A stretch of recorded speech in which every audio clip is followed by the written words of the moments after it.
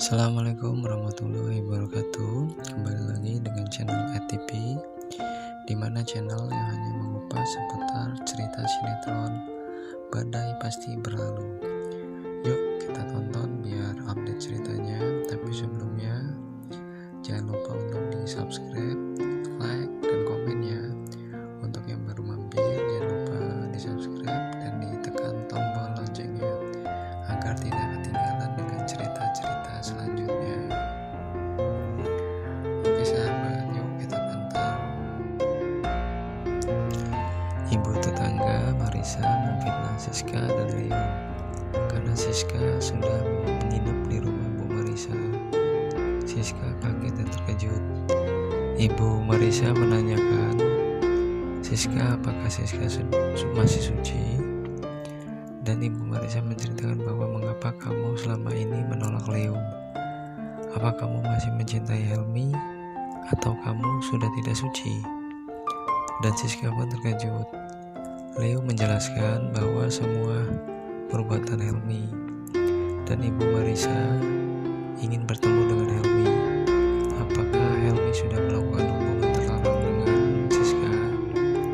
Tiba-tiba Helmi datang dan Helmi mengajak Siska pergi. Helmi menceritakan bahwa Helmi dan Siska sudah melakukan hidup selayaknya suami dan istri. Karena Helmi dan Siska hidup dalam satu atap, Ibu Marisa pun terkejut. Leo berkelahi dengan Helmi karena Helmi memfitnah Siska. Bu Marisa dimarahi Siska karena Siska sudah membuat Leo menderita. Leo dan Helmi berkelahi. Siska pun terkejut. Ibu Marisa memisahkan mereka berkelahi. Saat Siska ingin pergi, tiba-tiba Helmi ditahan Leo. Leo menjelaskan semua ini gara-gara Helmi. Dan Helmi menceritakan semua bahwa mereka selalu bersama. Helmi dan Leo pun berkelahi lagi. Siska pun terkejut melihat mereka berkelahi. Ibu Marisa memarahi Siska. Siska memohon agar Ibu Marisa tidak percaya pada ucapan Helmi. Siska pun sedih ingin membuktikan bahwa Siska tidak bersalah. Bu Marisa marah dan kesal kepada Siska. Saat kejadian berlangsung, Reta berhasil merekam semua kejadian. Dari saat Siska diusir hingga percakapan semuanya, dan Reta sangat bahagia. Mobil warga rusak akibat perkelahian Helmi dan Leo. Warga pun meminta ganti rugi. Reta sukses dalam menghancurkan keluarga Marisa. Dan Helmi mengejar Siska. Leo meminta izin untuk mengejar Siska, namun ditahan oleh Ibu Marisa. Siska pun pergi dengan derasnya hujan. Hidupnya sudah hancur, ucap Siska. Helmi mengejar Siska di derasnya hujan. Leo berencana mengejar Siska. Siska merasa difitnah Helmi. Siska frustasi dan hampir jatuh, dan hampir tabrak mobil dan motor. Leo panik dan ingin mencari Siska, namun ditahan oleh Ibu Marisa.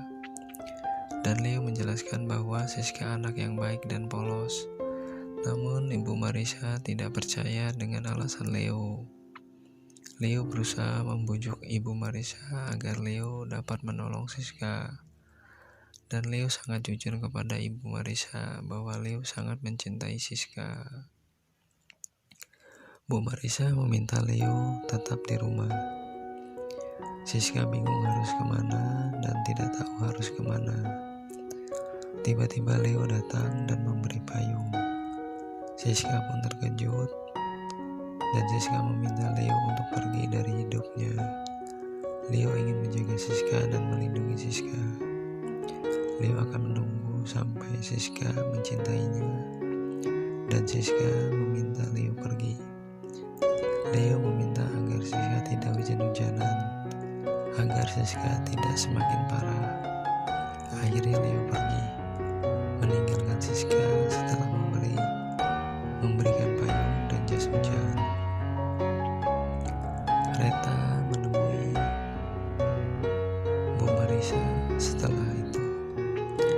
Marisa menjelaskan bahwa Siska bukan perempuan baik-baik.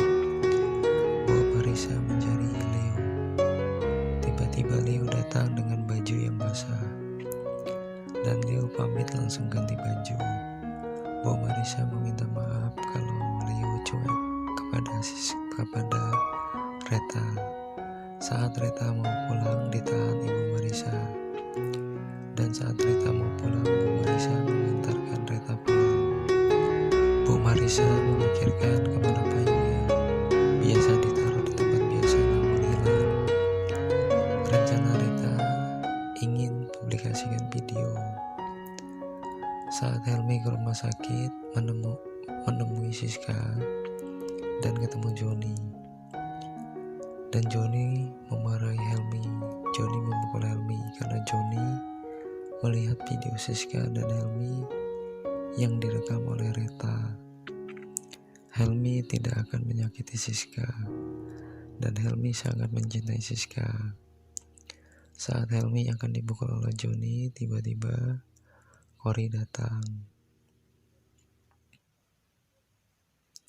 Siska mencari kontrakan dan ditunjukkan oleh ibu-ibu ada di ujung jalan. Tiba-tiba Siska melihat orang sedang menangis. Ternyata Nenes. Nenes cerita bahwa Nenes sudah tidak digaji, lalu diusir oleh Ibu Arnas. Dan Nenes membantu mencarikan Siska untuk mencari kontrakan. Tiba-tiba Ardan melihat Siska dan Nenes naik angkot. Ibu Marisa meminta Leo menghampiri Reta. Leo melihat video rekaman. Leo teringat dengan Reta kehujanan. Leo mencurigai Reta. Nenes dan Siska mendapatkan kontrakan, dan Nenes merayu yang punya kontrakan agar Siska dapat nginep di kontrakan malam ini juga. Akhirnya Siska dan Nenes bisa tidur di kontrakan. Saat masuk kontrakan, Siska terdiam, dan Nenes sudah menganggap Siska sebagai keluarga karena Nenes merawat Siska dari kecil. Nenes pamit karena Nenes tinggal tidak jauh dari kontrakan Siska. Siska teringat dengan kejadian dengan Helmi. Siska menangis dan kecewa. Joni menceritakan bahwa Siska sudah tidak tinggal di rumah Leo kepada Bu Monik, dan Siska sekarang mencari kontrakan.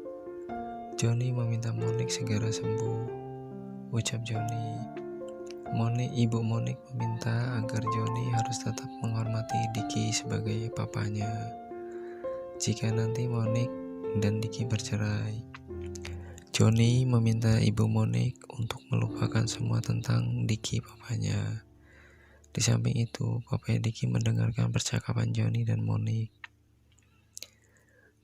Diki memperlihatkan video yang di-share oleh Reta kepada Cory, namun Cory tetap tidak percaya, dan Cory tetap lebih percaya dengan Helmi.